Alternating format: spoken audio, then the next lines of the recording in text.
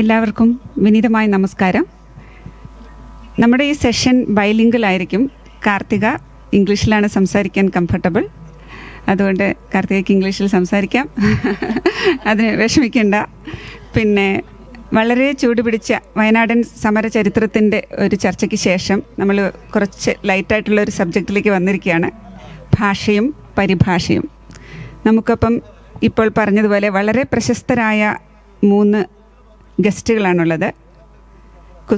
Doctor Kusuman Joseph നേരത്തെ പറഞ്ഞതുപോലെ പരിസ്ഥിതി സാമൂഹ്യ പ്രവർത്തക, മേധാ പട്കറിൻ്റെ ഒപ്പം പ്രവർത്തിച്ച ആൾ, അങ്ങനെയൊക്കെയാണ് നമ്മൾ കൂടുതൽ അറിയുന്നത്. അതുപോലെ തന്നെ ഭാഷാ അധ്യാപക അല്ലെങ്കിൽ ഭാഷാ വിഭാഗം മേധാവി, പിന്നെ ട്രാൻസ്ലേറ്റർ, പിന്നെ നമ്മുടെ WLF-ൻ്റെ എല്ലാമായ ജോബ് സാറിനെ പ്രത്യേകം പരിചയപ്പെടുത്തേണ്ട. ഭാഷാധ്യാപകൻ, അതിനേക്കാളൊക്കെ ഉപരിയായി അരുന്ധതി റോയിയെ, ശശി തരൂരിനെയൊക്കെ മലയാളത്തിലേക്ക് വിവർത്തനം ചെയ്ത ആൾ എന്ന രീതിയിലും മലയാള വായനക്കാർ അദ്ദേഹത്തെ അറിയുന്നു. മലയാള ആനുകാലികങ്ങളിലെല്ലാം അദ്ദേഹത്തിൻ്റെ ലേഖനങ്ങൾ, പഠന ഗ്രന്ഥങ്ങൾ എല്ലാം വരുന്നുണ്ട്. പിന്നെ കാർത്തിക VK എഡിറ്ററായി തുടങ്ങി പബ്ലിഷറായി, പെൻഗ്വിനിലൂടെ, ഹാപ്പർ കോളിൻസിലൂടെ, ഇപ്പം വെസ്റ്റ്ലാൻഡിൽ ഒരു പുതിയ ഇംപ്രിൻറ്റ്, കോൺടെക്സ്റ്റ് എന്ന പുതിയ ഇംപ്രിൻറ്റിലൂടെ എല്ലാവർക്കും സുപരിചിതയായ ഒരുപാട് ട്രാൻസ്ലേഷൻസ്, ഒരുപാട് കൃതികൾ പബ്ലിഷറായിട്ട് കഴിഞ്ഞിരിക്കുന്ന കാർത്തിക. അങ്ങനെ വളരെ നല്ല ഒരു പാനലാണ് നമുക്കുള്ളത്. നമുക്കറിയാം ഭാഷയും പരിഭാഷയും. ഭാഷ എന്ന് പറയുന്നത് തന്നെ ഒരു തരത്തിലുള്ള പരിഭാഷയാണ്. നമുക്ക് നമ്മുടെ ജീവിതങ്ങളെ, ഹ്യൂമാനിറ്റി അല്ലെങ്കിൽ നമ്മുടെ വികാരങ്ങളെ, ഇമോഷൻസിനെയൊക്കെ നമ്മൾ പകർത്തുന്ന, പരിവർത്തനം ചെയ്യുന്ന ഒരു മാധ്യമമാണ് ഭാഷ എന്ന് പറയുന്നത്. അപ്പോൾ ലാംഗ്വേജ് അല്ലെങ്കിൽ literature is it self translation of humanity, translation of emotions, translation of relationships between humans and nature and like that. And പരിഭാഷയിലേക്ക് വരുമ്പം നമുക്കറിയാം, പരിഭാഷയുടെ ഏറ്റവും പ്രധാനപ്പെട്ട ഒരു ഗുണമായിട്ട് അല്ലെങ്കിൽ സൗഭാഗ്യമായിട്ട് ഞാൻ കാണുന്നത് അത് അതിരുകൾ ഇല്ലാതാക്കുകയാണ്. ഒരു ക്രോസ് കൾച്ചറൽ ഇൻ്റർചേഞ്ച്.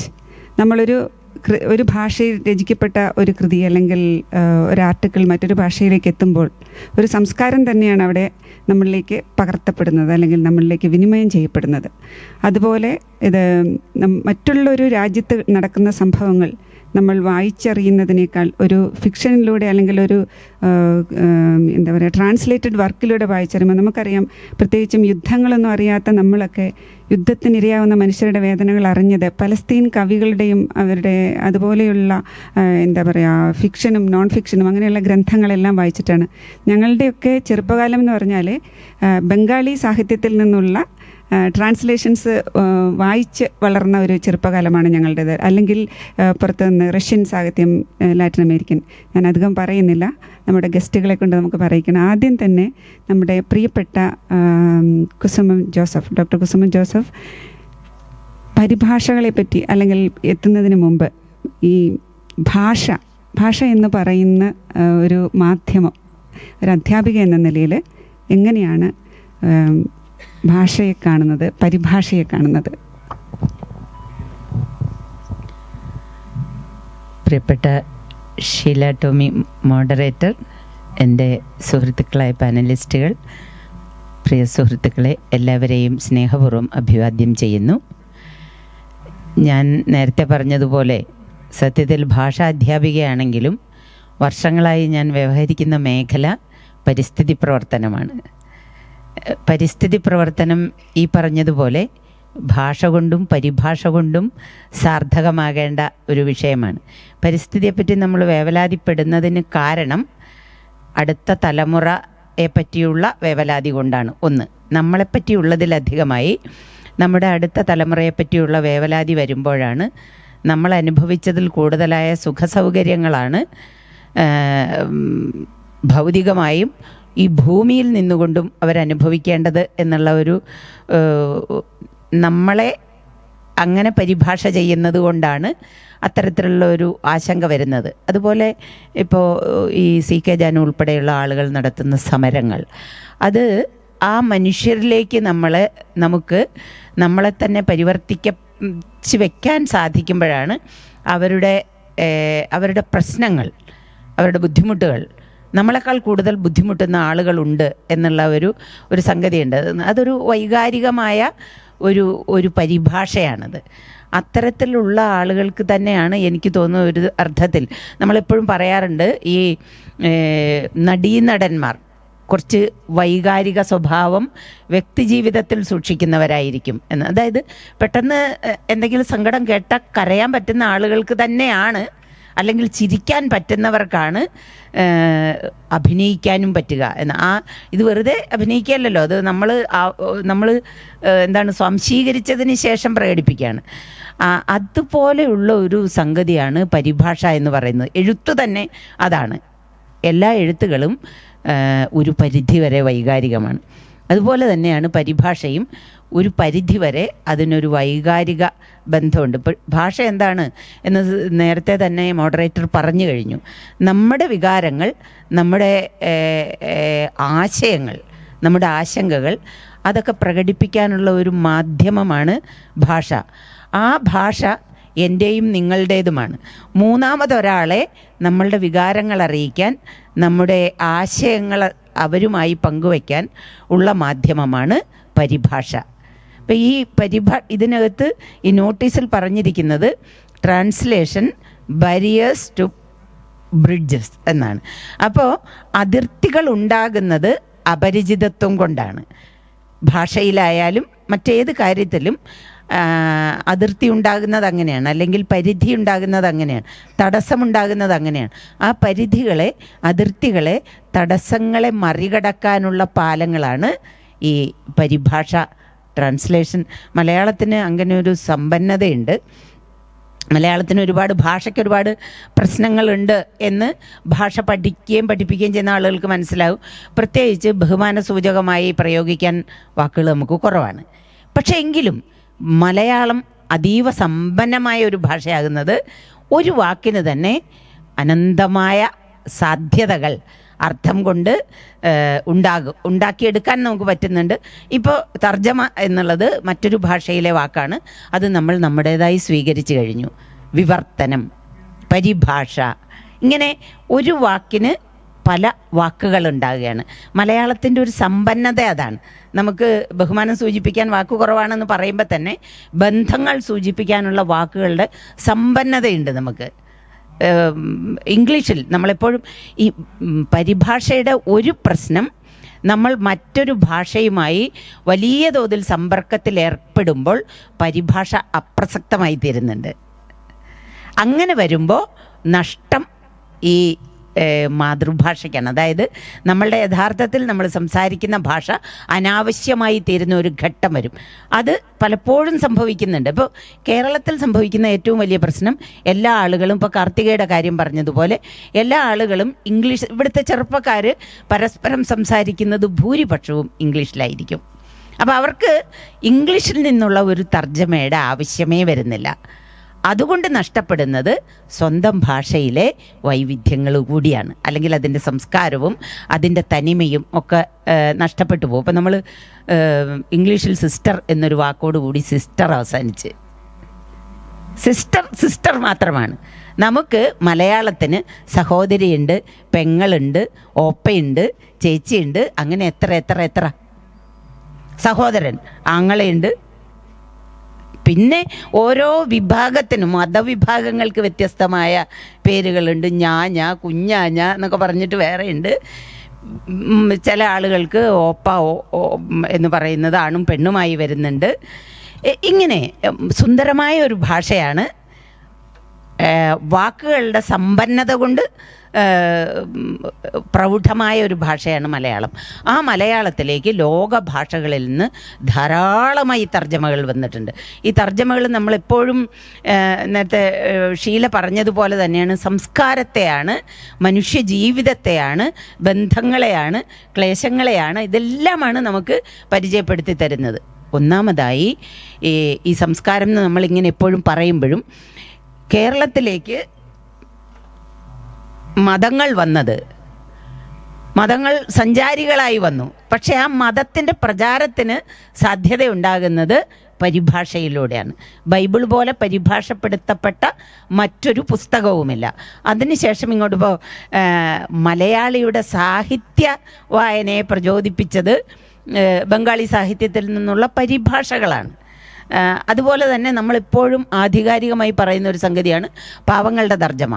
പാവങ്ങളുടെ തർജ്ജമ നാലപ്പാട് നാരായണ മേനോൻ നടത്തിയതാണ് ആദ്യകാലത്ത് വായിച്ചതെങ്കിലും ഇപ്പോൾ പരിഭാഷയുടെ ഒരു പ്രത്യേകത, ഇത് ഏത് ഭാഷയിലേക്കാണോ പരിഭാഷപ്പെടുത്തുന്നത് ആ ഭാഷയുടെ സ്വാഭാവികത അതിനുണ്ടാവണം. ആ ഭാഷ സംസാരിക്കുന്ന ആളുകൾക്ക് നമ്മൾ മലയാളത്തിൽ പറഞ്ഞാൽ അത് കമ്മ്യൂണിക്കേറ്റ് ചെയ്യണം. ആ ഭാഷയുടേതാണത് എന്ന് തോന്നണം. അത്തരത്തിൽ വാക്കുകളും പദങ്ങളും വ്യാകരണവും ഒക്കെ പ്രയോഗിക്കുമ്പോഴേ ഇതൊരു യഥാർത്ഥ തർജ്ജമയാകുന്നുള്ളൂ. ഞാൻ നാലപ്പാട്ട് നാരായണ മേനോനെ അങ്ങേയറ്റം ബഹുമാനത്തോടു കൂടി കാണുന്ന ഒരാളാണെങ്കിലും അദ്ദേഹത്തിൻ്റെ തർജ്ജമ ഇപ്പോൾ വായിക്കുമ്പോൾ നമുക്ക് ഇംഗ്ലീഷ്, കഴിഞ്ഞ ദിവസം വേറെ ആരോവും അങ്ങനെ ബാലേന്ദ്രൻ ചുള്ളിക്കാട് പറഞ്ഞിരുന്നു, ഇംഗ്ലീഷ് വായിക്കുന്നത് എത്രയോ എളുപ്പമാണ് നാലപ്പാട്ട് നാരായണ മേനോൻ്റെ മലയാളം പാവങ്ങൾ വായിക്കുന്നത്. അത് ആ കാലത്തിൻ്റെ ഒരു രീതിയാണ്, ഭാഷയെ സങ്കീർണമാക്കുക എന്നുള്ള ഒരു രീതി അക്കാലത്തുണ്ടായിരുന്നു. പക്ഷേ ഇപ്പോൾ അങ്ങനെയല്ല. ഇപ്പോൾ ഏറ്റവും സ്വാഭാവികമായി, ഏറ്റവും സുന്ദരമായി, ഏറ്റവും ലളിതമായി സാഹിത്യം എഴുതുന്ന കാലമാണ്. അതുകൊണ്ട് തന്നെ ഏറ്റവും ലളിതമായി പരിഭാഷകളും നടക്കുകയാണ്. അതുകൊണ്ടാണ് ഒരു സാഹിത്യകൃതിക്ക് വീണ്ടും വീണ്ടും വീണ്ടും വീണ്ടും പല ആളുകൾ തർജ്ജമ. ഇപ്പം നമുക്ക് ടാഗോറിൻ്റെ ഗീതാഞ്ജലിക്ക് എത്ര പേരാണ് അതിന് തർജ്ജമ നിർവഹിക്കുന്നത്. ഇപ്പോൾ ഏറ്റവും അവസാനം നമ്മുടെ റോസി തമ്പിയുടെ വന്നിട്ടുണ്ട്. അങ്ങനെ വായിക്കുന്ന ആളുകൾ അതിൻ്റെ ഒറിജിനൽ ഭാഷയിൽ വായിക്കുമ്പോൾ അത് താൻ പണ്ട് വായിച്ച തർജ്ജമയേക്കാൾ സുന്ദരമാണല്ലോ എന്നുള്ള ഒരു തിരിച്ചറിവുണ്ടാകുമ്പോൾ ഇതെനിക്ക് അതിനേക്കാൾ സുന്ദരമായി എനിക്ക് ചെയ്യാൻ പറ്റും എന്നുള്ള തോന്നലുണ്ടാകുകയാണ്. അത്തരം തോന്നലുകളിൽ നിന്ന് കൂടിയാണ് വീണ്ടും വീണ്ടും പുതിയ തർജ്ജമകൾ ഉണ്ടായി വരുന്നത്. ഇപ്പോൾ ഞാൻ ദീർഘിപ്പിക്കുന്നില്ല, ഇവിടെ എല്ലാവരും വളരെ മനോഹരമായി, ഇവർ രണ്ടുപേരും എന്നേക്കാൾ കൂടുതൽ തർജ്ജമകൾ ചെയ്തിട്ടുള്ള ആളായതുകൊണ്ടുകൂടി ഞാൻ അവർക്ക് വേണ്ടി പിൻവാങ്ങുകയാണ്. ഞാൻ പുസ്തകമായി ഒന്നേ ചെയ്തിട്ടുള്ളൂ. അത് സംഭവിച്ചു പോയതാണ്. അതായത് ആൻഡമൻസിൽ പോയ സമയത്ത് നമ്മൾ ഈ ആൻഡമനിലെ ആദിവാസികളെ പറ്റി നമുക്ക് വലിയ യൂട്യൂബിലൊക്കെ നമ്മൾ അവരുടെ ജീവിതത്തെപ്പറ്റി, അവരുടെ നഗ്നതയെപ്പറ്റി ഒക്കെ നമുക്ക് വലിയ അറിയാനുള്ള ഒരു ആഗ്രഹം വളരെ കൂടുതലാണ്. അപ്പോൾ ഞാൻ പോകുമ്പോഴേക്ക് ഈ ആൻഡമാനിലെ ഈ ആദിവാസികളുള്ള ഭാഗത്തേക്ക്, ജരവാസുള്ള ഭാഗത്തേക്ക് നമുക്ക് സ്വതന്ത്ര സഞ്ചാരമില്ല. അത് ബ്ലോക്ക് ചെയ്തിട്ടുണ്ട്. ഗ്രാൻഡ് ട്രങ്ക് റോഡ് എന്ന് പറഞ്ഞിട്ട് വലിയ റോഡ് ഉണ്ടാക്കിയിട്ടുണ്ട്. പക്ഷേ അത് ബ്ലോക്ക് ചെയ്തിരിക്കുകയാണ്. അവിടെ നിന്ന് നമ്മൾ ആദ്യകാലത്തെ അവിടെ എത്തണം. കുറേ വാഹനങ്ങളെ ഒന്നിച്ച് കോൺവോയി ആയിട്ടാണ് അപ്പുറത്തേക്ക് കടത്തിക്കൊണ്ടുപോവുക. അത് ഈ ജരവകളുടെ കാട്ടിലൂടെയാണ് ഈ ഗ്രാൻഡ് ട്രങ്ക് റോഡ് കടന്നു പോകുന്നത് അതിൻ്റെ അപ്പുറത്തെ ദ്വീപിലേക്ക്. അപ്പോൾ ഇവർ നമ്മളോട് ഈ പോകുന്നതിന് മുന്നേ തന്നെ പറയും, ഒരാളും വാഹനം നിർത്താൻ പാടില്ല, ഒരാളും ആദിവാസികളെ കണ്ടാൽ സംസാരിക്കുകയോ അവർക്കൊന്നും കൊടുക്കുകയോ ചെയ്യാൻ പാടില്ല, വാഹനത്തിൻ്റെ മുകളിൽ കയറി നിൽക്കാൻ പാടില്ല. ഇങ്ങനെ ഒരുപാട് നിർദ്ദേശങ്ങളോട് കൂടിയാണ് നമ്മളെ കൊണ്ടുപോകുന്നത്. അപ്പോൾ നമുക്ക് സ്വാഭാവികമായും നമുക്കുണ്ടാകാൻ പാടില്ലാത്തതും പക്ഷെ വളരെ സ്വാഭാവികമായി ഉണ്ടായി പോകുന്നതുമായ ഒരു സംഗതിയാണ്. അവർ മനുഷ്യരല്ലേ, അവരെ നമ്മളങ്ങനെ ഒരു കാഴ്ച വസ്തു പോലെ കാണാൻ പാടില്ല എന്ന് നമ്മുടെ സംസ്കാരം പറയുമ്പോൾ തന്നെ നമ്മളുടെ ഒരു ക്യൂരിയോസിറ്റി ഉണ്ട്, അതൊന്ന് കാണണം എന്ന്. അപ്പം നമ്മൾ ആ കാട് കാണുന്നതിനേക്കാൾ ഈ കാടിൻ്റെ ഉള്ളിൽ മൃഗമുണ്ടോ എന്ന് നോക്കുന്നതിനേക്കാൾ ഇവിടെ എവിടെയെങ്കിലും ഈ ജരവകളുണ്ടോ എന്നുള്ള ഒരു ക്യൂരിയോസിറ്റി നമുക്കുണ്ടായി വരും. അങ്ങനെ ഞങ്ങൾ പോയി വരുന്നതിനിടയ്ക്ക് ഒട്ടേറെ ഈ ആദിവാസികളെ കണ്ടു എന്ന് മാത്രമല്ല, ഒരുപാട് ആ കാലത്തും ഈ നഗ്നരായി നടക്കുന്ന പുരുഷന്മാരെയും സ്ത്രീകളെയും കാണുന്നുണ്ട്. പാൻറ്റിട്ടൊക്കെ പോകുന്ന ആളുകളുണ്ട്, അതുകൊണ്ട്. പക്ഷെ നമ്മളെ നിർത്താൻ അനുവദിക്കാത്തതുകൊണ്ട് അതേപോലെ പന്നിയെ ഇങ്ങനെ കെട്ടി വെച്ച് റോഡരികിൽ നിൽക്കുന്ന ആളുകളെയൊക്കെ കണ്ടു. അത് നമ്മളിൽ ഉണ്ടാക്കുന്ന അവരെപ്പറ്റി കൂടുതൽ അറിയാനുള്ള ഒരു ആകാംക്ഷ നിലനിൽക്കുകയാണ്. അവിടുത്തെ ഒരു വലിയ ഈ മര വ്യവസായം നടക്കുന്ന ഒരു സ്ഥലമുണ്ട്, അതിൻ്റെ പേര് ഞാൻ മറന്നുപോയി. അവിടെ ചെന്നപ്പോൾ ആ സ്ഥലത്തൊരു ഡോക്ടറുണ്ട് ഈ കമ്പനിയിലെ ഡോക്ടർ ഞങ്ങളെ സ്വീകരിക്കുകയും സംസാരിക്കുകയും ചെയ്തു. അയാളൊരു ബംഗാളിയാണ്.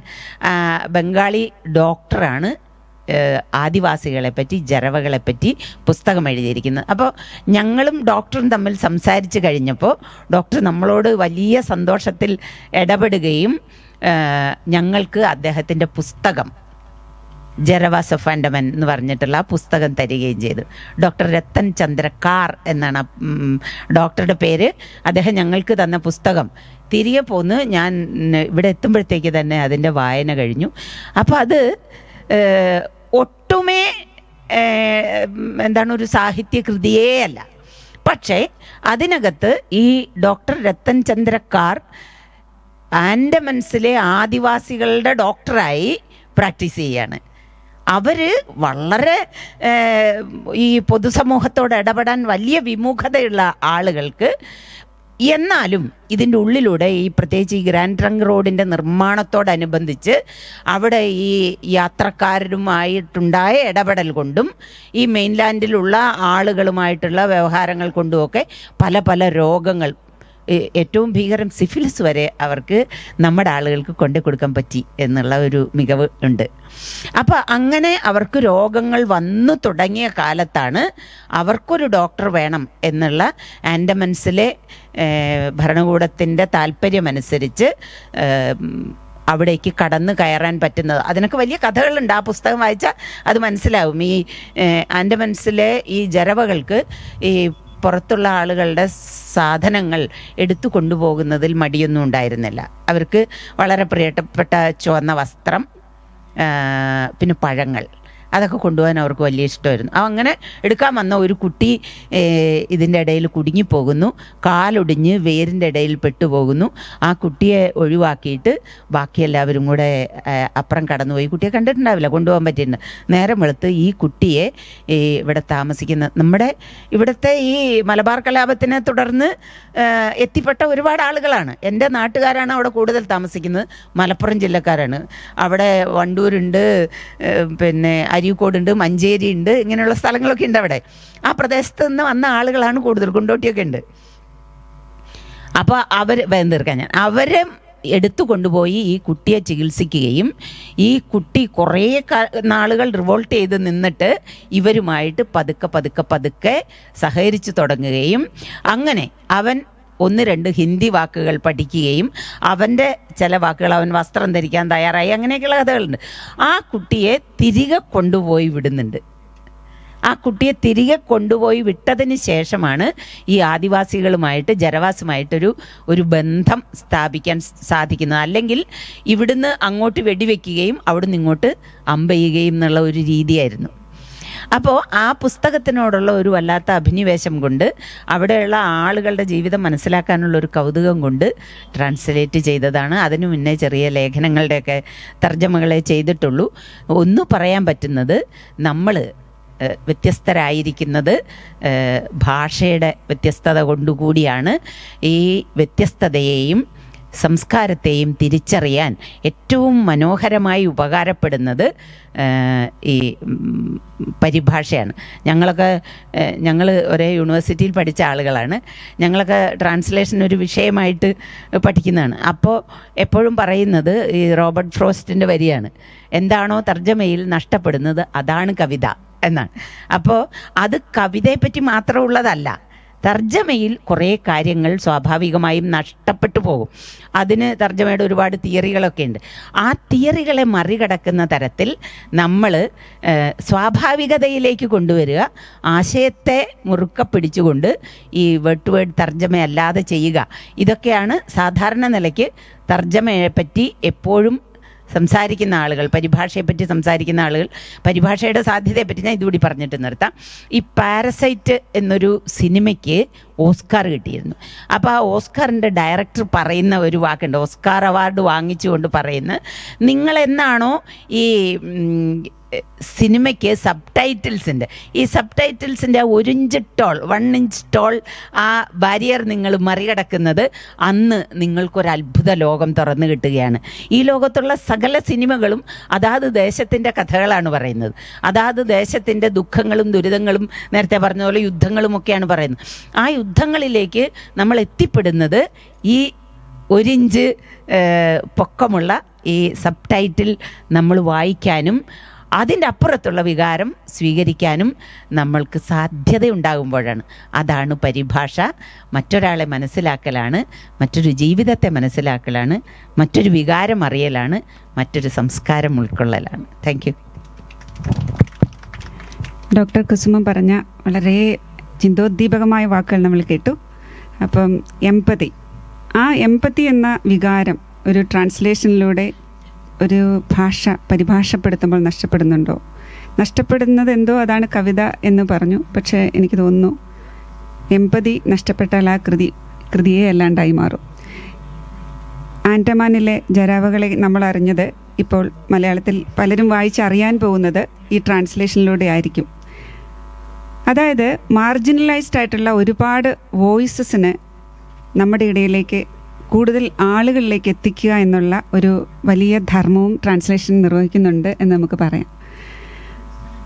Now I am coming to Karthika. നേരത്തെ ഞാൻ പറഞ്ഞതുപോലെ എഡിറ്ററായി, പബ്ലിഷറായി ഒരുപാട് ട്രാൻസ്ലേറ്റഡ് വർക്ക്സ് അല്ലാതെ ഒറിജിനൽ ഇന്ത്യൻ ഇംഗ്ലീഷ് വർക്ക് ഒക്കെ പബ്ലിഷ് ചെയ്ത ഒരു പബ്ലിഷറാണ്, എഡിറ്ററാണ്. അപ്പം ട്രാൻസ്ലേഷൻ എന്താണ്? ട്രാൻസ്ലേഷൻ്റെ ധർമ്മം, അല്ലെങ്കിൽ ഇപ്പോൾ ഒരു ബ്യൂട്ടി നഷ്ടമാവുന്നുണ്ടോ എന്നുള്ളൊരു കൺസെപ്റ്റ് ഇപ്പം ഡോക്ടർ കുസുമം പറയുണ്ടായി. പലപ്പോഴും മലയാളത്തിലേക്കുള്ള ചില പരിഭാഷകൾ വായിച്ചു കഴിയുമ്പം നമുക്കത് വേണ്ട, ഒറിജിനൽ വായിച്ചാൽ മതിയായിരുന്നു എന്നുള്ള സങ്കടം നമുക്ക് തോന്നാറുണ്ട്.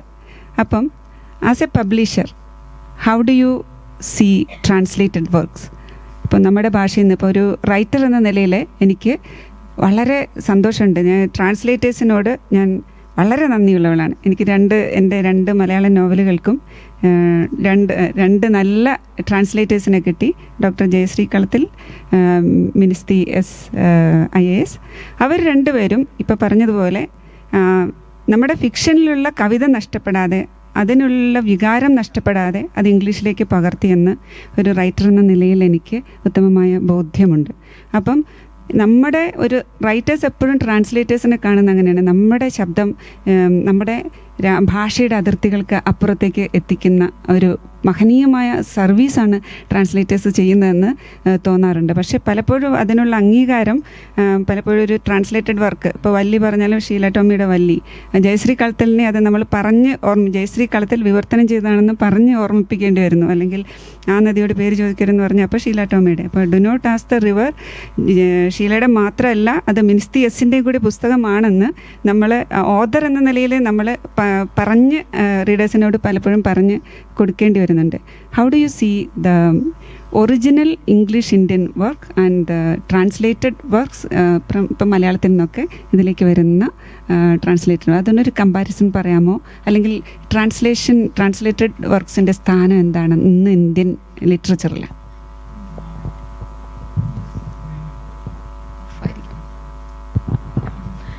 കുറേ വ്യത്യാസം വന്നിട്ടുണ്ട്. 20-25 കൊല്ലം മുമ്പ് നമ്മൾ ട്രാൻസ്ലേഷനൊക്കെ പബ്ലിഷ് ചെയ്യുമ്പോൾ ഒരു വേർതി പ്രോജക്റ്റ് ആയിട്ടാണ് അവർ നോക്കുക. എന്നുവെച്ചാൽ ക്ലാസിക്സ് ട്രാൻസ്ലേറ്റ് ചെയ്യുക, മലയാളത്തിൽ നിന്നാണെങ്കിലും. ഇപ്പോൾ ടാഗോറിൻ്റെ പറഞ്ഞില്ലേ ഗീതാഞ്ജലി, അതേപോലെ അങ്ങനത്തെ ക്ലാസിക്സ് ഒക്കെ ട്രാൻസ്ലേറ്റ് ചെയ്ത ശരത് ചന്ദ്ര, അല്ലെങ്കിൽ മലയാളത്തിലാണെങ്കിൽ MTയുടെ വർക്ക്സ് ഒബ്വിയസ്ലി ട്രാൻസ്ലേറ്റ് ചെയ്യണം.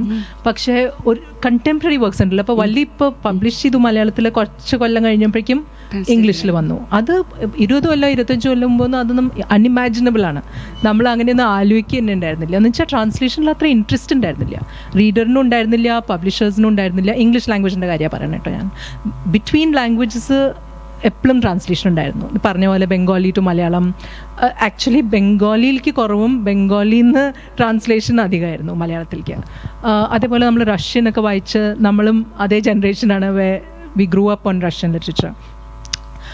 പക്ഷേ ഇപ്പോൾ ഇറ്റ്സ് കംപ്ലീറ്റ്ലി ഡിഫറെൻറ്റ്. ഇപ്പോൾ ക്ലാസിക്സ് നമ്മൾ പബ്ലിഷ് ചെയ്യണമെന്ന് പറഞ്ഞാൽ അതിനൊരു സ്പെഷ്യൽ പിച്ച് കൊടുക്കണം പബ്ലിഷറിന്, അർത്ഥമുണ്ട്, ചെയ്യണം, ക്ലാസിക്സ് പ്രോഗ്രാം നടത്തണം എന്നൊക്കെ പറഞ്ഞിട്ട് നമ്മൾ പെർസ്വേഡ് ചെയ്യണം സെയിൽസ് ആൻഡ് മാർക്കറ്റിങ്ങിനെ. അതിൻ്റെ എന്താ പറയുക, സ്ട്രക്ചറൽ സിസ്റ്റമിക് ചേഞ്ചസ് വന്നിട്ടുണ്ട്. അതാണ് എനിക്ക് തോന്നുന്നത് മോസ്റ്റ് ഇമ്പോർട്ടൻറ്റ്. ഒന്ന്, ഫോർ ഇൻസ്റ്റൻസ്, നിങ്ങളൊക്കെ JCB പ്രൈസിൻ്റെ കാര്യം കേട്ടിട്ടുണ്ടാവുമല്ലോ. JCB പ്രൈസ് കുറേ കൊല്ലങ്ങൾ മലയാളത്തിലാണ് ട്രാൻസ്ലേഷനാണ് കൊടുത്തേക്കണത്. ആദ്യത്തെ പ്രൈസ് എനിക്ക് തോന്നുന്നത് ബെന്യാമിൻ്റെ ബുക്കിനായിരുന്നു. പിന്നെ ഹരീഷിൻ്റെ മേശയ്ക്ക് കിട്ടിയിട്ടുണ്ട്, മുകുന്ദൻ്റെ ഡൽഹിക്ക് കിട്ടിയിട്ടുണ്ട്. അപ്പോൾ ആ ഒരു പ്രൈസിൻ്റെ ഇമ്പോർട്ടൻസ് ഉണ്ടല്ലോ, അതിപ്പോൾ ആ പ്രൈസ് തീരും ചെയ്തു. ഈ കൊല്ലം തൊട്ട് ദേ സെഡ് ലാസ്റ്റ് ടൈമാണ്, അത് കഴിഞ്ഞിട്ടുണ്ടാവാൻ ബുദ്ധിമുട്ടാവും എന്ന് പറഞ്ഞു.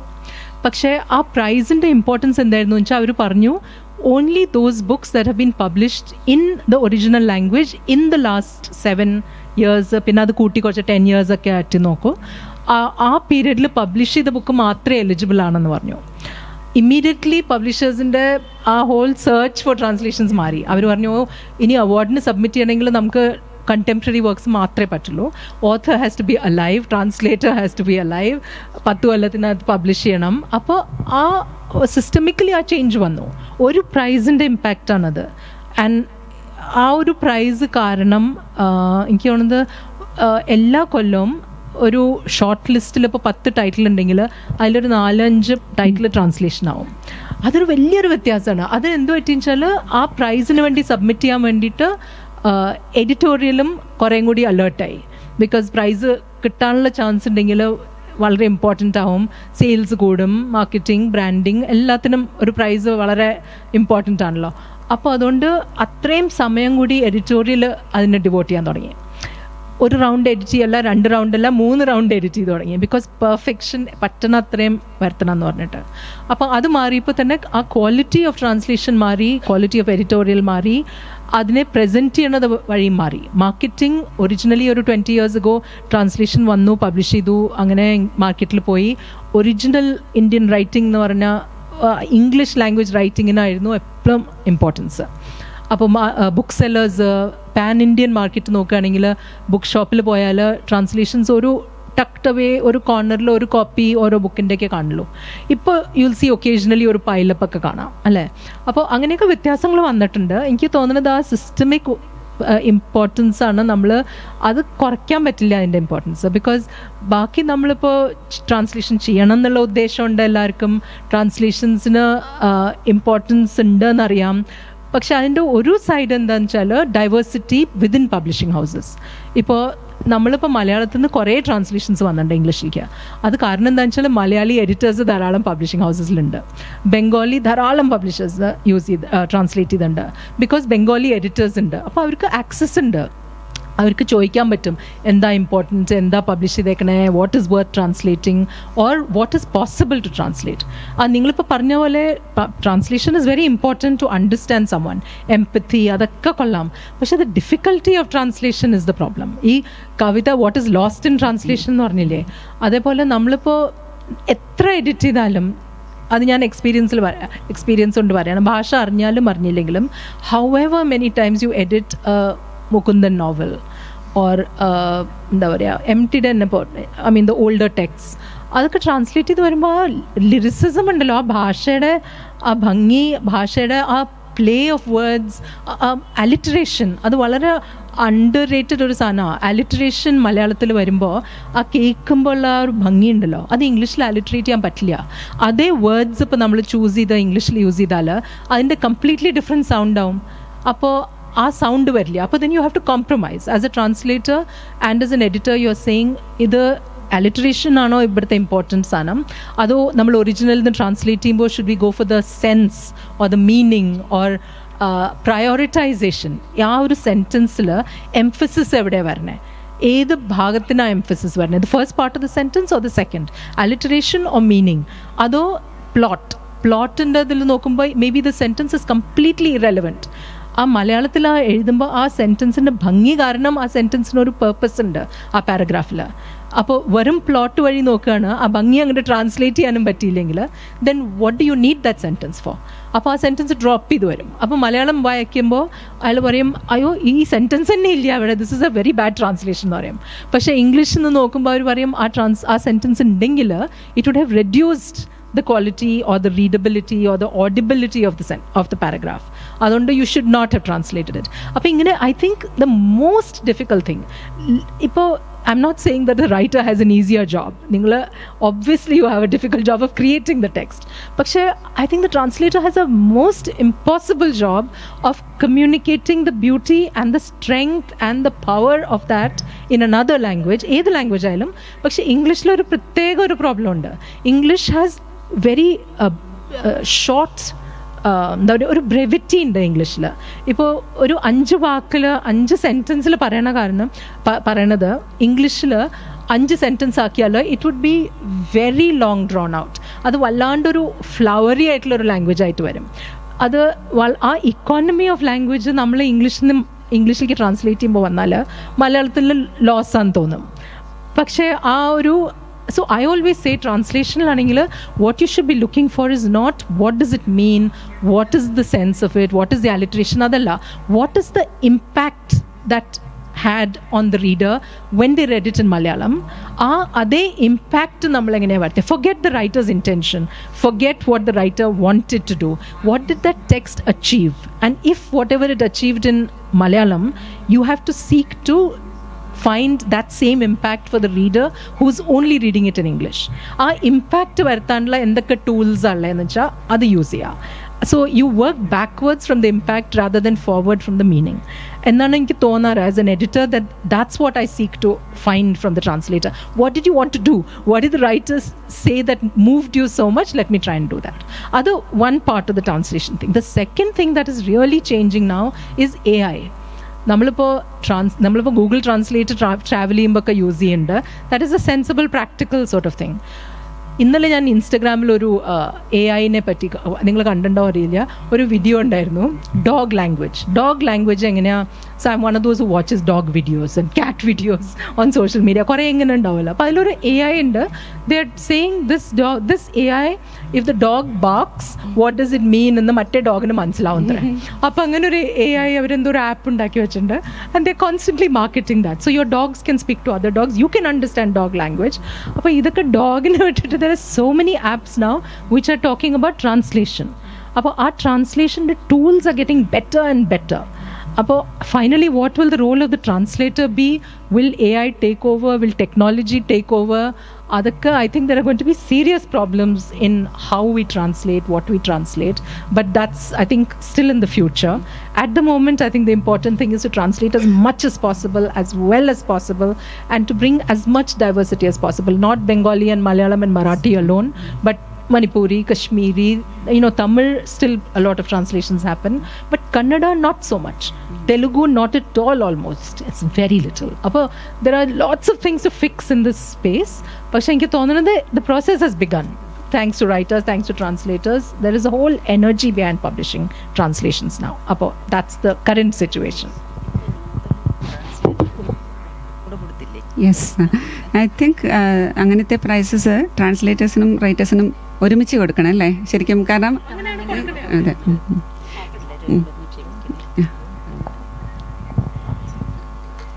എന്നോട് ക്ഷമിക്കണം, ഞാൻ ഏകപക്ഷീയമായിട്ട് പറഞ്ഞിട്ട് പോവുകയാണെന്ന് വിചാരിക്കരുത്. അല്ല, അങ്ങനെ തന്നെയാണ്. എൻ്റെ ട്രെയിൻ എനിക്ക് വടകര എത്തേണ്ടതുണ്ട് 3 മണിയാകുമ്പോൾ.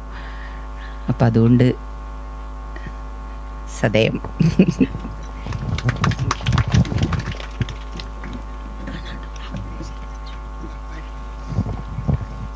നമുക്ക് തുടരാം. കാർത്തികിൽ നിന്ന് ഒരുപാട് കേൾക്കണം എന്നുണ്ടായിരുന്നു, പക്ഷേ നമ്മുടെ സമയത്തിൻ്റെ പരിമിതി കൊണ്ട് നമുക്ക് അടുത്ത ജോസഫ് സാറിനേക്ക് പോവാം. ജോസഫ് സാറിനോട് നേരെ ഡയറക്റ്റ് ചോദിക്കുകയാണ്, അരുന്ധതി റോയിയെ ട്രാൻസ്ലേറ്റ് ചെയ്തപ്പോൾ, ശശി തരൂരിനെ ട്രാൻസ്ലേറ്റ് ചെയ്തപ്പോൾ എങ്ങനെയായിരുന്നു എക്സ്പീരിയൻസ്? അല്ലെങ്കിൽ ട്രാൻസ്ലേഷൻ വളരെ ബുദ്ധിമുട്ടുള്ളൊരു പരിപാടിയായിരുന്നു. ഇപ്പോൾ പ്രിയ അരുന്ധതിയുടെ ഗോഡ് ഓഫ് സ്മോൾ തിങ്സ്, അത് ഞാനൊക്കെ ആദ്യം മലയാളത്തിൽ തന്നെയാണ് വായിച്ചത്. മലയാളത്തിലെ ആ ടെക്സ്റ്റിൻ്റെ പ്രിയ AS ചെയ്ത വിവർത്തനത്തിൻ്റെ ഭംഗി അറിഞ്ഞതിന് ശേഷമാണ് ഇംഗ്ലീഷ് എടുത്ത് വായിച്ചത്. അപ്പം എങ്ങനെയായിരുന്നു ട്രാൻസ്ലേഷനിലേക്ക് എങ്ങനെയാണ് വരുന്നത്? ആരെങ്കിലും നിർദ്ദേശിച്ചിട്ടാണോ ചെയ്യുന്നത്? അങ്ങനെ മോഡറേറ്റർ പ്രിയപ്പെട്ട ഷീല ടോമി, കാർത്തിക VK, സഹ പാനലിസ്റ്റ്, വിവർത്തനത്തിൻ്റെ ഒരു സുവർണകാലമാണ് മലയാളത്തിൽ എന്ന് പറയാം. പഴയ കാലങ്ങളിൽ മറ്റുള്ള ഭാഷകളിൽ നിന്ന് മലയാളത്തിലേക്ക് വിവർത്തനമുണ്ടായ കാലങ്ങളുണ്ടായിരുന്നു. അതിൽ നിന്ന് വ്യത്യസ്തമായിട്ട് ഇപ്പോൾ മലയാളത്തിലെ കൃതികൾ മറ്റു ഭാഷകളിലേക്ക്, പ്രത്യേകിച്ച് ഇംഗ്ലീഷിലേക്ക് വിവർത്തനം ചെയ്യപ്പെടുന്ന ഒരു സാഹചര്യം, അല്ലെങ്കിൽ അതിൻ്റെ ഒരു സുവർണകാലമാണ് ഇപ്പോൾ നമുക്ക് കാണാൻ കഴിയുന്നത്. ഒരു നിലയ്ക്ക് നോക്കിക്കഴിഞ്ഞാൽ ഇപ്പോൾ WLFൻ്റെ ചില വേദികളിൽ ചില എഴുത്തുകാരൊക്കെ പറയുന്നത് ഞാൻ കേട്ടിട്ടുണ്ടായിരുന്നു. എഴുത്തുകാരെല്ലാം തന്നെ അവരവരുടെ കൃതികൾ ഇംഗ്ലീഷിലേക്ക് അല്ലെങ്കിൽ ലോകഭാഷകളിലേക്ക് വിവർത്തനം ചെയ്യാൻ വേണ്ടി കാത്തിരിക്കുകയാണ് എന്നതാണ്. കാരണം അവരുടെ വായനക്കാർ ആഗോളതലത്തിലേക്ക് ഉയരണമെന്ന് അവരാഗ്രഹിക്കുന്നു എന്നുള്ളതാണ്. അതിനുവേണ്ടി നമ്മുടെ ഇപ്പോൾ ഇംഗ്ലീഷിലേക്ക് വിവർത്തനം ചെയ്യുന്ന നേരത്തെ സൂചിപ്പിച്ച 1-2 പേരുകളുണ്ട്. അപ്പോൾ അത്തരം ആൾക്കാരെ വല്ലാതെ സ്വാധീനിക്കാൻ ശ്രമിക്കുന്നതായിട്ട് പോലും പറയുന്നതായിട്ടാണ് കേൾക്കുന്നത്. ഞാൻ ഷീല മാമിനെ ഉദ്ദേശിച്ച് പറഞ്ഞതല്ല കേട്ടോ. അതായത് ജയശ്രീ കളത്തിലുണ്ട്, അതുപോലെ മിനിസ്ട്രി ഉണ്ട്, അതുപോലെ ഫാത്തിമ ഉണ്ട്, അങ്ങനെ നന്ദകുമാർ, അങ്ങനെ മലയാളത്തിൽ നിന്ന് ഇംഗ്ലീഷിലേക്ക് വിവർത്തനം ചെയ്യുന്ന ഒരു എഴുത്തുകാരുടെ ഒരു വലിയ പരമ്പര നമുക്ക് മലയാളത്തിൽ ഇപ്പോൾ കാണാൻ കഴിയുന്നുണ്ട്. അതുകൊണ്ടാണ് ഞാൻ പറഞ്ഞത്, ആ നിലയിൽ നോക്കുമ്പോൾ മലയാളത്തിൻ്റെ ഒരു വിവർത്തനത്തിലെ സുവർണകാലമാണ് ഇത് എന്ന് പറയാൻ പറ്റും. കാരണം ഇവിടെ നിന്ന് മറ്റുള്ള ഭാഷകളിലേക്ക് പോകുന്നുണ്ട്. അങ്ങനെ പോകാനുള്ള ആ ഒരു കാലം നമുക്ക് സംജാതമായി എന്നുള്ളതാണ് അതിൻ്റെ ഏറ്റവും വലിയൊരു കാര്യം. അത് വളരെ നല്ലതാണെന്ന് തന്നെയാണ് ഞാൻ പറയുന്നത്. കാരണം നമുക്ക് നമ്മുടെ ഭാഷയുടെ പരിമിതികൾ നമുക്ക് നന്നായിട്ട് അറിയാം. മലയാളം പോലെയുള്ള ഒരു 3.5 കോടി അല്ലെങ്കിൽ 4 കോടി അടുത്ത് വരുന്ന ജനങ്ങളുള്ള ഒരു ഭാഷയിൽ നിന്ന്, സംസാരിക്കുന്ന ഭാഷയിൽ നിന്ന് ലോകത്തിൽ ഒട്ടുമിക്കവാറും പേര് സംസാരിക്കുന്ന ഭാഷകളിലേക്ക് കൃതികൾ വിവർത്തനം ചെയ്യപ്പെടുന്ന സമയത്ത് തീർച്ചയായിട്ടും അത് എഴുത്തുകാർക്ക് വലിയ സന്തോഷമുള്ളൊരു കാര്യമാണ്. അതിനുള്ള ഒരു സാഹചര്യം ഇവിടെ ഒരുങ്ങി വന്നിരിക്കുന്നു. ഇത് ന്യൂ ജനറേഷൻ കാലമാണ്. ആൾക്കാരെല്ലാവരും തന്നെ ഇത്തരത്തിൽ അവരുടെ കാര്യങ്ങൾ ലോകത്തിന് മുന്നിലേക്ക് കൊണ്ടുവരാൻ വേണ്ടിയിട്ട് ആഗ്രഹിക്കുന്നുമുണ്ട്. നമ്മുടെ ഭാഷയുടെ പരിമിതികളെ മറികടക്കാനാണ് നമ്മളത് ചെയ്യുന്നത്, നമുക്ക് നന്നായിട്ടറിയാം. വിവർത്തനത്തെ പറ്റി പറയുന്ന പല നിർവചനങ്ങളും ഉണ്ട്, അതുപോലെ കഥകളും ഒക്കെ ഉണ്ട്. അക്കൂട്ടത്തിൽ ഏറ്റവും പ്രധാനപ്പെട്ട ഒന്ന് ബാബേൽ ഗോപുരത്തിൻ്റെ കഥയുമായി ബന്ധപ്പെട്ടതാണ്. അതായത് ദൈവം മനുഷ്യനെ ചിതറിക്കുന്നതിനു വേണ്ടി ആണ് ലോകത്തിൽ ഭാഷകൾ ഉണ്ടായതെന്നാണ് സാധാരണ ബൈബിളിൽ പറഞ്ഞിരിക്കുന്നത്. അതായത് ബാബേൽ ഗോപുരം പോലെ ദൈവത്തിനെ ചോദ്യം ചെയ്യുന്ന ഒരു വലിയ ഗോപുര നിർമ്മാണത്തിനെ തടസ്സപ്പെടുത്തുന്നതിന് വേണ്ടി ദൈവം ചെയ്ത ഒരു പ്രവൃത്തിയാണ് ഭാഷകളുടെ ഈ ഒരു ഭാഷകൾ എന്ന് പറയുന്നത് എന്നാണ് ബൈബിളിൽ പറഞ്ഞിരിക്കുന്നത്. അത് വെച്ച് നോക്കുകയാണെങ്കിൽ നമ്മളിപ്പോൾ ചെയ്യുന്നത്, വിവർത്തനത്തിലൂടെ ചെയ്യുന്നത് ഒരു ദൈവനിന്ദയാണ് എന്ന് വേണമെങ്കിൽ പറയാം. കാരണം എന്താണ് ചെയ്യുന്നത്, ദൈവം എന്താണോ ചെയ്യാൻ ആഗ്രഹിച്ചത് അതിന് വിരുദ്ധമായിട്ടുള്ള ഒരു പ്രവൃത്തിയാണ് നമ്മൾ ട്രാൻസ്ലേഷനിലൂടെ ചെയ്തുകൊണ്ടിരിക്കുന്നത്. മനുഷ്യരെ ഒന്നിപ്പിക്കാൻ വേണ്ടിയാണ് അല്ലെങ്കിൽ വായനക്കാരെ, ലോകത്തിൻ്റെ സമസ്ത മേഖലയിലുമുള്ള മനുഷ്യരെ വിവർത്തനത്തിലൂടെ ഒന്നിപ്പിക്കാൻ, അല്ലെങ്കിൽ മനുഷ്യരുടെ ആശയങ്ങളെ ഒന്നിപ്പിക്കാനുള്ളൊരു ശ്രമമാണ് നടത്തിക്കൊണ്ടിരിക്കുന്നത്. അങ്ങനെ വരുമ്പോൾ വിവർത്തനത്തിന് വലിയൊരു സാങ്കത്യമുണ്ട്. ഞാൻ കൂടുതലൊന്നും പറയുന്നില്ല, കാരണം നമുക്ക് ഇന്നത്തെ AI ഒക്കെ കാലഘട്ടത്തിലേക്ക് എത്തുമ്പോഴത്തേക്ക് വിവർത്തനത്തിന് വലിയ സാധ്യതകൾ നമ്മൾ കാണുന്നുണ്ട്. അങ്ങനെ പുതിയ കാലം, അല്ലെങ്കിൽ ഇപ്പം മെഷീൻ ട്രാൻസ്ലേഷൻ്റെ ഒരു കാലമാണ്. ഇതൊന്നും നമുക്കറിയാം നന്നായിട്ട്. ആൾക്കാരെല്ലാവരും തന്നെ നന്നായിട്ട് മെഷീൻ ട്രാൻസ്ലേഷൻ അല്ലെങ്കിൽ ഗൂഗിൾ ട്രാൻസ്ലേറ്ററൊക്കെ ഉപയോഗിക്കുന്നുണ്ട്. അങ്ങനെയൊക്കെ ഉപയോഗിക്കുന്ന സമയത്ത് പോലും വിവർത്തനത്തിന് എന്ത് സാങ്കത്യമുണ്ട് എന്നുള്ളതാണ് നമ്മൾ പരിശോധിക്കേണ്ടത്. ഇനി അങ്ങോട്ട് എത്തുന്ന സമയത്ത് ഒരു പ്രാവശ്യം അരുന്ധതി റോയ് ഒരിക്കൽ പറയുകയുണ്ടായി, ഇനി ഒരു 10 വർഷത്തിനുള്ളിൽ ലോകത്ത് ഏത് കൃതി എവിടെ എഴുതിയാലും അത് ലോകത്തിലുള്ള എല്ലാവർക്കും വായിക്കാൻ കഴിയുന്ന മട്ടിൽ മെഷീൻ ട്രാൻസ്ലേഷൻ സാധ്യമാകുന്ന ഒരു കാലത്തിലേക്കാണ് നമ്മൾ അടുത്തുകൊണ്ടിരിക്കുന്നത് എന്നാണ് പറയുന്നത്. മെഷീൻ ട്രാൻസ്ലേഷൻ ഇപ്പോൾ കുറേ മുന്നോട്ട് പോയി കഴിഞ്ഞിട്ടുണ്ട്. ആദ്യകാലങ്ങളിലൊക്കെ നമ്മൾ മെഷീൻ ട്രാൻസ്ലേഷൻ അല്ലെങ്കിൽ ഗൂഗിൾ ട്രാൻസ്ലേറ്റ് ചെയ്യുന്ന സമയത്ത് വളരെ വളരെ തമാശയുള്ള വിവർത്തനങ്ങളൊക്കെ പുറത്ത് വരാറുണ്ട്. ഇപ്പോൾ കുറേയൊക്കെ നന്നായിട്ട് വരുന്നുണ്ട്. എനിക്ക് തോന്നുന്നത് ഒരു 5 വർഷം കൊണ്ട്, അല്ലെങ്കിൽ ഒരു 10 വർഷം കൊണ്ട്, കൂടിപ്പോയാൽ 10 വർഷം, 5 വർഷം കൊണ്ടൊക്കെ തന്നെ അത്യാവശ്യം ഭേദപ്പെട്ട രൂപത്തിൽ നോൺ ഫിക്ഷൻ നമുക്ക് വിവർത്തനം ചെയ്യാൻ പറ്റുമെന്നാണ്. അപ്പോഴും സർഗാത്മക സാഹിത്യകൃതികൾ, ലിറ്റററി വർക്കുകൾ നമുക്ക് ട്രാൻസ്ലേറ്റ് ചെയ്യാൻ അത്രയൊന്നും എളുപ്പമായിരിക്കില്ല. കാരണം അത് നിങ്ങൾ രണ്ടുപേരും സൂചിപ്പിച്ച്, കുസുമം ടീച്ചറും അതുപോലെ തന്നെ കാർത്തിക VK ഒക്കെ സൂചിപ്പിച്ച് കഴിഞ്ഞൊരു കാര്യമാണ്. അതിൻ്റെ ആ ഒരു ഭാഷാപരമായിട്ടുള്ള ഭംഗിയെ കൊണ്ടുവരാൻ പലപ്പോഴും മറ്റൊരു ഭാഷയിൽ സാധ്യമല്ല. അതുകൊണ്ടാണ് പോയട്രി ഈസ് അൺട്രാൻസ്ലേറ്റബിൾ എന്ന് സാധാരണ പറയുന്നത്. പക്ഷേ അപ്പോഴും നമ്മൾ പറയുന്ന ഒരു കാര്യമാണ്, വിവർത്തനം ചെയ്തിട്ടും നഷ്ടപ്പെടാതെ പോകുന്ന എന്തോ അതാണ് കവിത എന്നാണ്. അതായത് അങ്ങനെയും കൂടി അതിനെ മാറ്റി പറയാവുന്നതാണ്. വിവർത്തനം ചെയ്തിട്ട് പോലും നഷ്ടപ്പെടാതെ ഇരിക്കുന്ന ഒരു സാധനമുണ്ടെങ്കിൽ അതിനെ മാത്രമേ നമ്മൾ കവിതയെന്ന് വിളിച്ചാൽ മതി എന്നുള്ള നിലയിലും നമുക്ക് അതിനെപ്പറ്റി പറയാവുന്നതാണ്. അപ്പോൾ അങ്ങനെ നോക്കുമ്പോൾ വിവർത്തനത്തിൻ്റെ സാങ്കത്യം, പ്രാധാന്യമൊക്കെ നമുക്ക് തിരിച്ചറിയാൻ കഴിയുന്നുണ്ട്. നമുക്കറിയാം, മലയാളത്തിനെ സംബന്ധിച്ചിടത്തോളം വിവർത്തനം തുടങ്ങുന്നത് തന്നെ ആദ്യകാലങ്ങളിൽ എഴുത്തച്ഛൻ്റെ കാലം മുതലുള്ള വിവർത്തനമാണ്. പക്ഷേ അത് വിവർത്തനമാണെന്ന് അത് വിവർത്തനം ചെയ്തവർക്ക് പോലും അറിയില്ലാതിരുന്ന ഒരു കാലമുണ്ടായിരുന്നു. ആരും തന്നെ അത് വിവർത്തനമാണെന്ന് വിചാരിച്ചില്ല. അധ്യാത്മരാമായണം, കിളിപ്പാട്ട് ഒരു വിവർത്തന കൃതിയാണെന്ന് എഴുത്തച്ഛനോ അല്ലെ അത് വായിച്ച ഭക്തരായ അനുവാചകരോ ആരും തന്നെ വിചാരിച്ചിട്ടുണ്ടായിരുന്നില്ല. എല്ലാവരും അതൊരു കൃതിയായിട്ട് മാത്രമേ വിചാരിച്ചിട്ടുണ്ടായിരുന്നുള്ളൂ. വിവർത്തനം എന്ന് പറയുന്നത് ആ ഒരു സംവർഗമല്ല, ഒരു കാറ്റഗറിയെ തിരിച്ചറിയുന്നത് പിന്നീടാണ്. അപ്പോഴേക്ക് മിഷണറിമാരുടെയൊക്കെ കാലഘട്ടം വരുമ്പോഴാണ് നമ്മളത് കാണുന്നത്. അപ്പോൾ അതുകൊണ്ട് തന്നെ വിവർത്തനത്തെ പറ്റി പറയുമ്പോൾ മിഷണറിമാർക്ക് മുൻപ്, മിഷണറിമാർക്ക് ശേഷം എന്നുള്ള രീതിയിൽ നമുക്ക് വിവർത്തനത്തിനെ കാണാൻ കഴിയും. അതായത് മിഷണറിമാർക്ക് മുൻപ് വ്യാഖ്യാനമെന്നോ അല്ലെങ്കിൽ ആസ്വാദനമെന്നോ ഒക്കെ വിചാരിച്ചു കൊണ്ടിരുന്ന ഒരു സാധനത്തെ, വിചാരിച്ചു കൊണ്ടിരുന്ന ഒരു കാര്യത്തെ പിന്നീട് വിവർത്തനം എന്നുള്ള പേര് വിളിച്ചുകൊണ്ട് തിരിച്ചറിയാൻ തുടങ്ങിയത് മിഷണറിമാരുടെ കാലഘട്ടത്തോടു കൂടിയാണ്. അന്നു മുതൽ ഇംഗ്ലീഷിൽ നിന്നും ലോകഭാഷകളിൽ നിന്നുമൊക്കെയുള്ള വിവർത്തനങ്ങൾ വന്നു. പിന്നെ വിക്ടർ യൂഗോയുടെയൊക്കെ പോലെയുള്ള കൃതികൾ വന്നു. അങ്ങനെ വളരെ പ്രധാനപ്പെട്ട കൃതികൾ മലയാളത്തിലേക്ക് വിവർത്തനം ചെയ്യപ്പെട്ടു വന്നു. അങ്ങനെ വന്ന സമയത്ത് നമ്മൾ കാണുന്നത്, മലയാള ഭാഷയ്ക്ക് എപ്പോഴെങ്കിലും എന്തെങ്കിലും തരത്തിൽ മാറ്റങ്ങൾ ഉണ്ടായിട്ടുണ്ടെങ്കിൽ അപ്പോഴൊക്കെ അതിന് പുറകിൽ വിവർത്തനമുണ്ട് എന്നുള്ളതാണ്.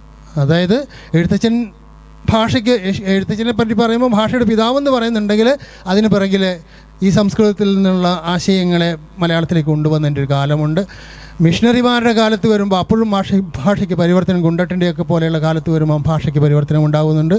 പിന്നീട് ആശാൻ്റെ കൃതികളൊക്കെ വരുമ്പോഴും വിവർത്തനത്തിന് വലിയ പ്രാധാന്യമുണ്ട്. ആശാൻ്റെ പുറകിൽ നമുക്കൊരു വിവർത്തനത്തിൻ്റെ അല്ലെങ്കിൽ മറ്റു ഭാഷകളുടെ ഒരു ലോകത്തെ കാണാൻ പറ്റുന്നുണ്ട്. പിന്നീട് നമ്മൾ കാണുന്നത് കേസരിയുടെയും ഒക്കെ പ്രാധാന്യം. കേസരിയാണ് മലയാളത്തിലെ ഒരു ആധുനികതയുടെ ഒരു തുടക്കം കുറിച്ച ആൾ എന്ന് നമുക്ക് പറയാൻ പറ്റും. മലയാളത്തിലുണ്ടായിട്ടുള്ള പ്രധാനപ്പെട്ട കൃതികളെല്ലാം തന്നെ കേസരിയുടെ പാറ്റേണേജിൽ നിന്ന് ഉണ്ടായിട്ടുള്ളതാണെന്നും നമുക്ക് വ്യക്തമാണ്.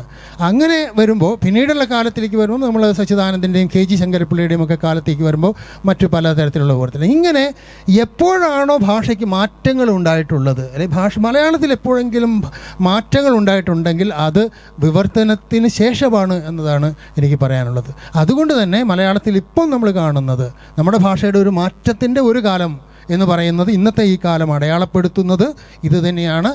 ഭാഷയെ, മലയാളത്തെ ഇംഗ്ലീഷിലേക്കും ലോകഭാഷകളിലേക്കും കൊണ്ടുപോകാൻ കഴിയുന്നതിൻ്റെ സാഹചര്യത്തെയാണ് നമ്മൾ അതിൻ്റെ ഒരു സുവർണ്ണകാലം എന്നുള്ള രീതിയിൽ നമ്മൾ പറയുന്നത്. അത് എന്നോട് ചോദിച്ച ചോദ്യം തുടങ്ങുന്നത് അരുന്ധതിയുടെയും അതുപോലെ ശശി തരൂരിൻ്റെയും വിവർത്തനത്തെ കുറിച്ചിട്ടായിരുന്നു.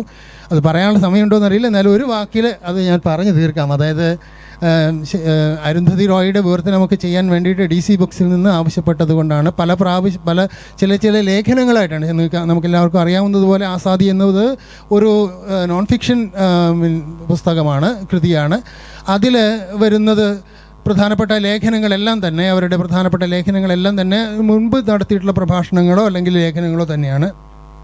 അതൊക്കെ അവരെഴുതിയ കാലത്ത് തന്നെ മലയാളത്തിലേക്ക് വിവർത്തനം ചെയ്യാൻ എനിക്ക് ഭാഗ്യം ഉണ്ടായിട്ടുണ്ട്. അതുകൊണ്ട് തന്നെ പ്രസിദ്ധീകരിക്കപ്പെടുന്നത് ആസാദി എന്നുള്ള നിലയിൽ പുസ്തകമായിട്ട് പ്രസിദ്ധീകരിക്കുന്നതിന് മുമ്പ് ഒരൊറ്റ മാസം കൊണ്ട് ആ പുസ്തകം പ്രസിദ്ധീകരിക്കാൻ കഴിഞ്ഞു. അതായത് ഇംഗ്ലീഷിൽ ആ പുസ്തകം ഇറങ്ങി within 1 month we were able to complete it. അതായിരുന്നു നമുക്ക് അത് സാധ്യമായത് മുമ്പ് തന്നെ കുറേ ഭാഗങ്ങൾ ചെയ്തത് കൊണ്ടാണ്. പിന്നീടുണ്ടായത് ശശി തരൂരിൻ്റെ ഒരു പുസ്തകമാണ്. അതും ഇതുപോലെ തന്നെ, അത് വേറൊരു തരത്തിലുള്ള അഫോറിസംസ് ഓഫ് അവർ ഏജ്. അതായത് the more you preach, the more you learn എന്നോ അങ്ങനെയാണ് ആ പുസ്തകത്തിൻ്റെ പേര്. Do you remember? Something like that. The less you preach, yeah, correct. The less you preach, the more you learn എന്നുള്ളതാണ്. അതാണ്. അപ്പോൾ ഞാനത് മലയാളത്തിലേക്ക് വിവർത്തനം ചെയ്യാനുള്ള ഒരു ഭാഗ്യമുണ്ടായിട്ടുണ്ടെന്ന് തന്നെയാണ് വിചാരിക്കുന്നത്. അങ്ങനെ മാത്രമല്ലാതെ തന്നെ ഒട്ടേറെ ചെറിയ ഇപ്പോൾ പാമുക്കിൻ്റെ ആണെങ്കിലും അതുപോലെ തന്നെ ഷഫാക്കിൻ്റെ ആണെങ്കിലും അതുപോലെ തന്നെ ഒട്ടേറെ ഈ നോൺ ഫിക്ഷൻ എന്ന് പറയാൻ പറ്റുന്ന അനുഭവങ്ങളും അതുപോലെ സാഹിത്യമായിട്ട് ബന്ധപ്പെട്ട കാര്യങ്ങൾ. പക്ഷേ അതേ സമയത്ത് ആസാദിയിൽ തന്നെ കാണുന്ന ഒരു കാര്യം, അതിലെനിക്ക് സന്തോഷം തോന്നിയിട്ടുള്ള ഒരു കാര്യമാണ്, ആസാദിയിൽ കുറേയേറെ ഭാഗങ്ങൾ നമ്മൾ അവരുടെ തന്നെ ഈ പറയുന്ന മിനിസ്ട്രി ഓഫ് അറ്റ്മോസ്റ്റ് ഹാപ്പിനെസ് എന്ന് പറയുന്ന പുസ്തകത്തിൽ നിന്ന് ഉള്ള കോട്ടുകളാണ്. കുറേ പേജുകൾ വരുന്നുണ്ട്. അതെല്ലാം തന്നെ മുൻപ് മലയാളത്തിലേക്ക് വിവർത്തനം ചെയ്യുന്നതിന് മുൻപ് തന്നെ എനിക്കിതെല്ലാം ചെയ്യേണ്ടി വന്നിട്ടുണ്ടായിരുന്നു. അതുകൊണ്ട് ഈ പുസ്തകം ആസാദിയിലേക്ക് നേരത്തെ തന്നെ ട്രാൻസ്ലേറ്റ് ചെയ്യാൻ കഴിഞ്ഞു. അതിനുശേഷമാണ് ജോണി ML മലയാളത്തിലെ മിനിസ്ട്രി ഓഫ് അറ്റ്മോസ്റ്റ് ഹാപ്പിനെസ് അത്യാനന്ദത്തിൻ്റെ ദൈവവൃത്തി എന്ന പേരിലേക്ക് വിവർത്തനം ചെയ്തത്. അപ്പോൾ അതുകൊണ്ട് പിന്നീട് ഞാൻ നോക്കുമ്പോൾ കൊള്ളാം എന്ന് തന്നെ എനിക്ക് എൻ്റെ പുറത്ത് തട്ടാൻ എനിക്ക് തോന്നിയിട്ടുണ്ട്. അതുകൊണ്ട് ഞാൻ അതിനെ പറ്റിയിട്ട് കൂടുതലൊന്നും പറയുന്നില്ല. സന്തോഷം. ഓക്കെ, ഇനി ചോദ്യം ചോദിക്കാം.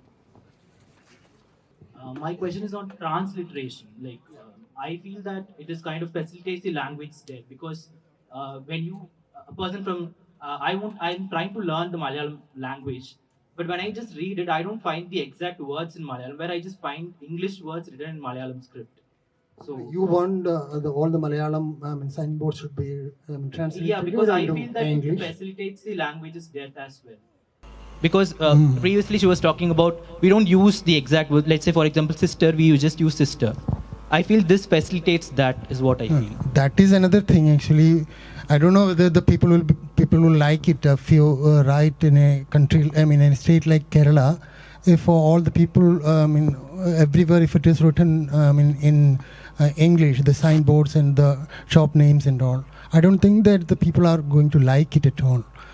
And otherwise, no, the thing is that we were talking about the translation. That is, translation is totally different from transliteration. That is another way of communication, but that should not be that is, I don't think that is advisable, that we'll have to have. I don't think that is it possible in Tamil Nadu, where you can find that all the translation, all the transliterations everywhere. I don't think that the Tamil people from Tamil Nadu will never like it at all. You're not using proper Malayalam words for it.